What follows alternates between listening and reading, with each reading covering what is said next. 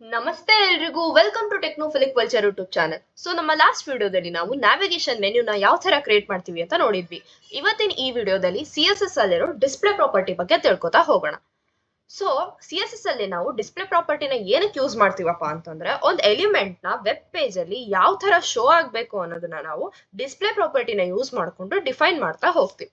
For example, ಈ body ಒಳಗಡೆ ನಾನು ಇಲ್ಲೊಂದು ಕ್ಲಾಸ್ ಕ್ರಿಯೇಟ್ ಮಾಡ್ತಾ ಇದ್ದೀನಿ ವಿತ್ ಬ್ಲಾಕ್ ಎಕ್ಸಾಂಪಲ್ ಅನ್ನೋ ಹೆಸರಿಂದ.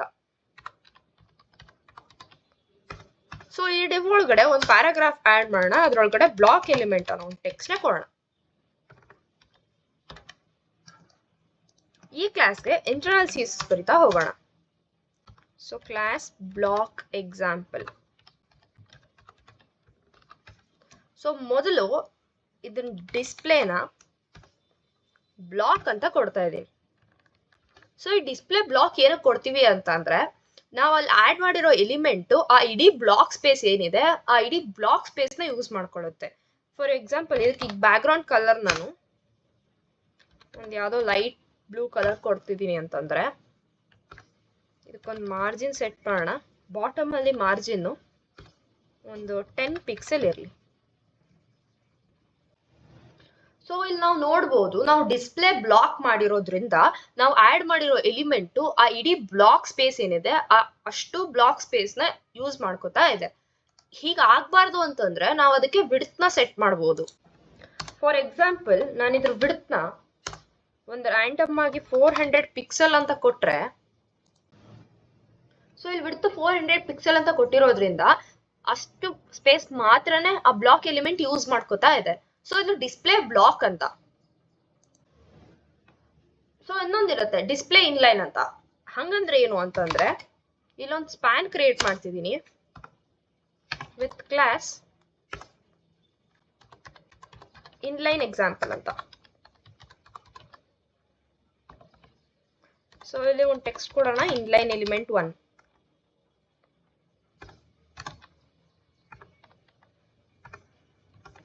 ಇಲ್ಲಿ ಇನ್ನೊಂದು ಸ್ಪ್ಯಾನ್ ಕ್ರಿಯೇಟ್ ಮಾಡೋಣ.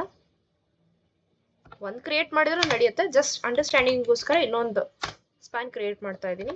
Same class inline example.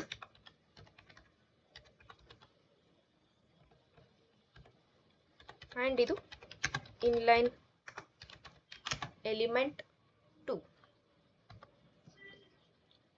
So ಇವಾಗ ಇದಕ್ಕೆ ಇಂಟರ್ನಲ್ CSS ಬರೆಯೋಣ. ಡಾಟ್ ಇನ್ಲೈನ್ ಎಕ್ಸಾಂಪಲ್ ಕ್ಲಾಸ್ದು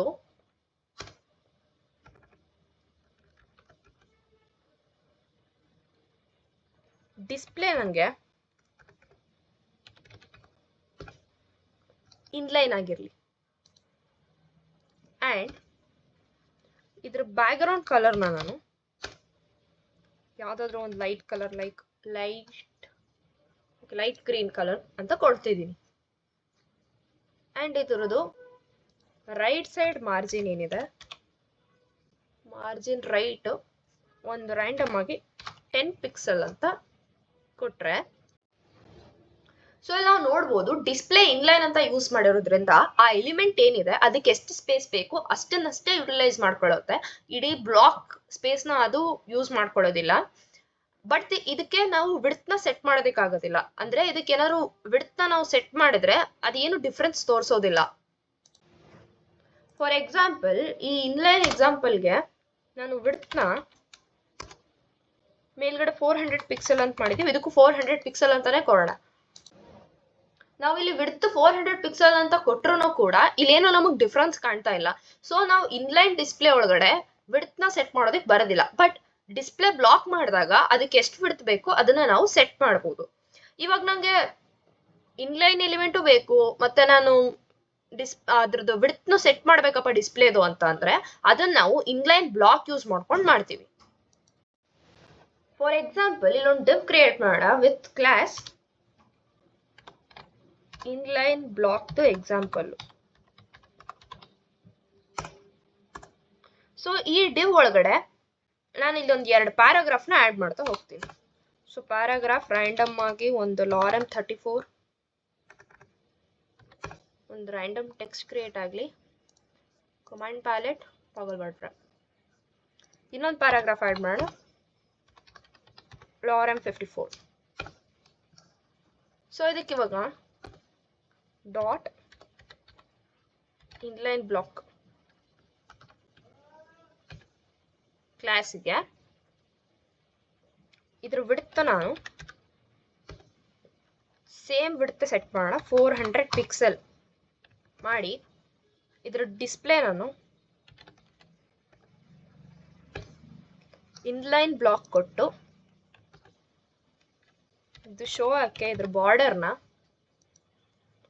ಒಂದು ರ್ಯಾಂಡಮ್ ಆಗಿ 4 ಪಿಕ್ಸೆಲ್ ಸಾಲಿಡ್ ರೆಡ್ ಅಂತ ಕೊಟ್ರೆ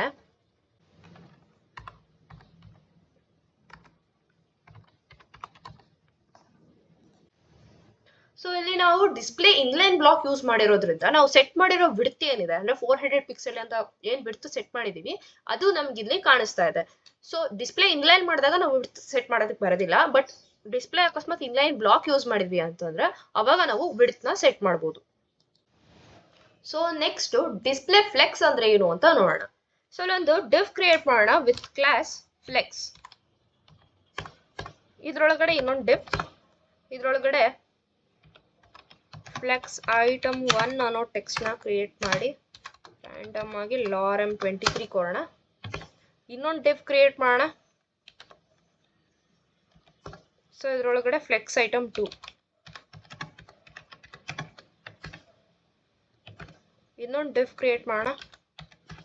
ಇದ್ರೊಳಗಡೆ ಫ್ಲೆಕ್ಸ್ ಐಟಮ್ 3. ಸೊ ಇವಾಗ ಇದಕ್ಕೆ CSS ಡಾಟ್ ಫ್ಲೆಕ್ಸ್ ನ ಟಾರ್ಗೆಟ್ ಮಾಡಿ ಇದ್ರ ಡಿಸ್ಪ್ಲೇನ ನಾನು ಫ್ಲೆಕ್ಸ್ ಮಾಡಿ ಇದ್ರ ಬ್ಯಾಕ್ಗ್ರೌಂಡ್ ಕಲರ್ನ ಯಾವ್ದಾದ್ರು ಲೈಟ್ ಕಲರ್ ಕೊಡೋಣ. So light coral, okay. And ಇದ್ರ ಜಸ್ಟಿಫೈ ಕಂಟೆಂಟ್ ಸ್ಪೇಸ್ ಅರೌಂಡ್ ಕೊಟ್ಟಿದ್ದೀನಿ. ಸೊ ಈ ಡಿಸ್ಪ್ಲೇ ಫ್ಲೆಕ್ಸ್ ಏನಕ್ಕೆ ಯೂಸ್ ಮಾಡ್ತೀವಿ ಅಂತಂದ್ರೆ ಇದರಿಂದ ನಾವು ಲೇಔಟ್ ನ ಕಂಟ್ರೋಲ್ ಮಾಡಬಹುದು. ಹಾಗೇನೆ ಒಂದು ರೆಸ್ಪಾನ್ಸಿವ್ ಮತ್ತೆ ಫ್ಲೆಕ್ಸಿಬಲ್ ಲೇಔಟ್ ನ ಕ್ರಿಯೇಟ್ ಮಾಡೋದಕ್ಕೆ ನಮ್ಗೆ ಡಿಸ್ಪ್ಲೇ ಫ್ಲೆಕ್ಸ್ ಯೂಸ್ ಆಗುತ್ತೆ. ಹೇಗೆ ಅಂತಂದ್ರೆ ಸೊ ಇಲ್ಲಿ ನೋಡ್ಬೋದು ನಾವು ಹಾಕಿರೋ ಎಲಿಮೆಂಟ್ಸ್ ಅದಕ್ಕೆ ಹೇಗ್ ಬೇಕು ಅಂದ್ರೆ ಅದು ಹೇಗೆ ಫ್ಲೆಕ್ಸಿಬಲ್ ಆಗಿರುತ್ತೆ ಲೇಔಟ್ ಆ ತರ ಅರೇಂಜ್ ಆಗ್ತಾ ಹೋಗಿದೆ. ಅಂತಂದ್ರೆ ಈ ಫ್ಲೆಕ್ಸ್ ಐಟಮ್ 1 ಮತ್ತೆ ನಾವು ಕ್ರಿಯೇಟ್ ಮಾಡಿದ ರ್ಯಾಂಡಮ್ ಟೆಕ್ಸ್ಟ್ ಇಲ್ಲಿ ಇಷ್ಟಕ್ಕೆ ಬಂದಿದೆ. ಅಂಡ್ ಈ ಫ್ಲೆಕ್ಸ್ ಐಟಮ್ 2 ಅದೆಷ್ಟು ಸ್ಪೇಸ್ ಬೇಕು ಅದಷ್ಟು ತಗೊಂಡಿದೆ. ಅಂಡ್ ಫ್ಲೆಕ್ಸ್ ಐಟಮ್ 3 ಗೆ ಎಷ್ಟು ಸ್ಪೇಸ್ ಬೇಕಷ್ಟು ತಗೊಂಡಿದೆ. ಸೊ ಡಿಸ್ಪ್ಲೇ ಫ್ಲೆಕ್ಸ್ ಯೂಸ್ ಮಾಡೋದ್ರಿಂದ ನಮ್ಮ ಲೇಔಟ್ ಫ್ಲೆಕ್ಸಿಬಲ್ ಆಗಿ ಡಿಸೈನ್ ಆಗುತ್ತೆ. ಸೊ ನೆಕ್ಸ್ಟ್ ಡಿಸ್ಪ್ಲೇ ಗ್ರಿಡ್ ಅಂದ್ರೆ ಏನು ಅಂತ ನೋಡೋಣ. ಇಲ್ಲಿ ಒಂದು ಡಿವ್ ಕ್ರಿಯೇಟ್ ಮಾಡೋಣ ವಿತ್ ಕ್ಲಾಸ್ ಗ್ರಿಡ್. ಸೊ ಈ ಕ್ಲಾಸ್ ಒಳಗಡೆ ನಾನು 4 ಡಿವ್ ಹಾಕ್ತಾ ಹೋಗ್ತೀನಿ. ಫಾರ್ ಎಕ್ಸಾಂಪಲ್ ಇಲ್ಲಿ ಗ್ರಿಡ್ ಐಟಮ್ 1, ಇನ್ನೊಂದು dew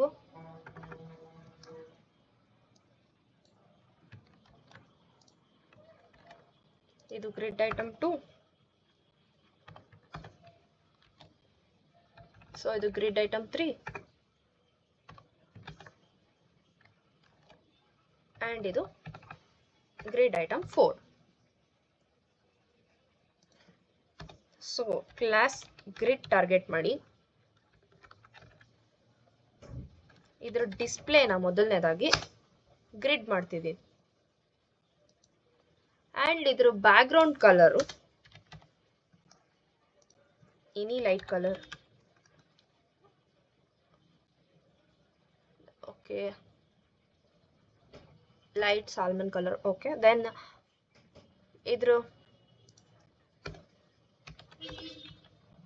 grid template column, okay, 1FR ಕೊಟ್ಟಿರೋಣ. ಸೊ ಡಿಸ್ಪ್ಲೇನ ನಾವು ಗ್ರಿಡ್ ಅಂತ ಡಿಫೈನ್ ಮಾಡೋದ್ರಿಂದ ಅದು ನಮಗೆ 2 dimensional grid based layout system ನ ಕೊಡುತ್ತೆ. ಅಂತಂದ್ರೆ ನಾವು ರೋಸ್ ಮತ್ತೆ ಕಾಲಮ್ಸ್ ಎರಡನ್ನು ಚೆನ್ನಾಗಿ ಕಂಟ್ರೋಲ್ ಮಾಡಬಹುದು. ಇಲ್ಲಿ ನೋಡ್ಬೋದು grid item 1, grid item 2, grid item 3, grid item 4 4 elements ಕೊಟ್ಟಿದೆ. ಅದು in rows and in columns arrange ಆಗ್ತಾ ಹೋಗಿದೆ. ಇದೇ ತರ ಎಷ್ಟು ಬೇಕಾದ್ರೂ ಐಟಮ್ಸ್ ನ ಒಳಗಡೆ ಆಡ್ ಮಾಡ್ತಾ ಹೋಗ್ಬೋದು. ಅದು ನಂಗೆ ರೋಸ್ ಮತ್ತೆ ಕಾಲಮ್ಸ್ ಅಲ್ಲಿ ಡಿಸ್ಪ್ಲೇ ಆಗ್ತಾ ಹೋಗುತ್ತೆ. ಸೊ ಇದು display grid. So display flex ಅಲ್ಲಿ ನೀವು ಐದರ್ ರೋಸ್ ನ ಕಂಟ್ರೋಲ್ ಮಾಡ್ಬೋದು ಆರ್ ಕಾಲಮ್ಸ್ ನ ಕಂಟ್ರೋಲ್ ಮಾಡ್ಬೋದು. ಬಟ್ ಗ್ರಿಡ್ ಅಲ್ಲಿ ನೀವು ರೋಸ್ ಮತ್ತೆ ಕಾಲಮ್ಸ್ ಎರಡನ್ನು ಒಟ್ಟಿಗೆ ಕಂಟ್ರೋಲ್ ಮಾಡ್ಬೋದು. ಇವಾಗ ನಾವು ವೆಬ್ ಪೇಜ್ ಅಲ್ಲಿ ಯಾವ್ದೋ ಒಂದು ಎಲಿಮೆಂಟ್ ಆಡ್ ಮಾಡಿದೀವಿ, ಆದ್ರೆ ಅದು ನಮ್ಗೆ ಆ ವೆಬ್ ಪೇಜ್ ಅಲ್ಲಿ ಕಾಣಿಸ್ಬಾರ್ದು ಅಂತಂದ್ರೆ ಅದಕ್ಕೆ ನಾವು ಡಿಸ್ಪ್ಲೇನ ಹಿಡನ್ ಮಾಡ್ತೀವಿ. ಹೇಗೆ ಅಂತಂದ್ರೆ ಇಲ್ಲಿ ಕ್ಲಾಸ್ ಹಿಡನ್ ಹೆಸರಲ್ಲಿ ಒಂದು ಡಿವ್ ಕ್ರಿಯೇಟ್ ಮಾಡಿ ಅದ್ರೊಳಗಡೆ ಒಂದು ರ್ಯಾಂಡಮ್ ಆಗಿ ಏನಾದ್ರು ಟೆಕ್ಸ್ಟ್ ಕ್ರಿಯೇಟ್ ಮಾಡೋಣ, lorem34 ಅಂಡ್ ಇದ್ರ ಕೆಳಗಡೆನೆ ನಾನು ಇನ್ನೊಂದು ಡಿವ್ ಕ್ರಿಯೇಟ್ ಮಾಡ್ತೀನಿ. ಸೊ ಈ ಡಿವ್ ಅಲ್ಲಿ ನಾನು ದಿಸ್ ಈಸ್ ನಾಟ್ ಹಿಡನ್ ಅಂತ ಕೊಡ್ತೀನಿ.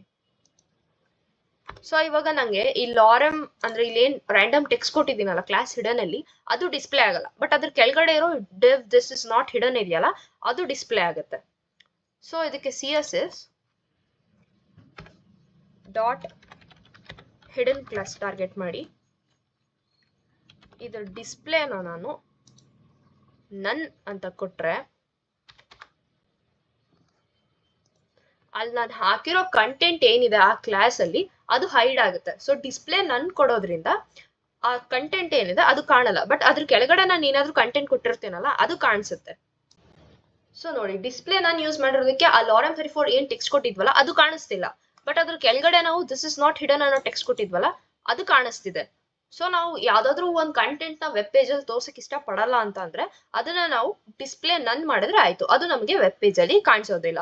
So that's all about display property. ನಿಮ್ಗೆ ಏನಾದ್ರು ಡೌಟ್ಸ್ ಇದ್ರೆ ಕಮೆಂಟ್ ಸೆಕ್ಷನ್ ಅಲ್ಲಿ ಹಾಕಿ. Thank you. Kindly like the video and subscribe the channel.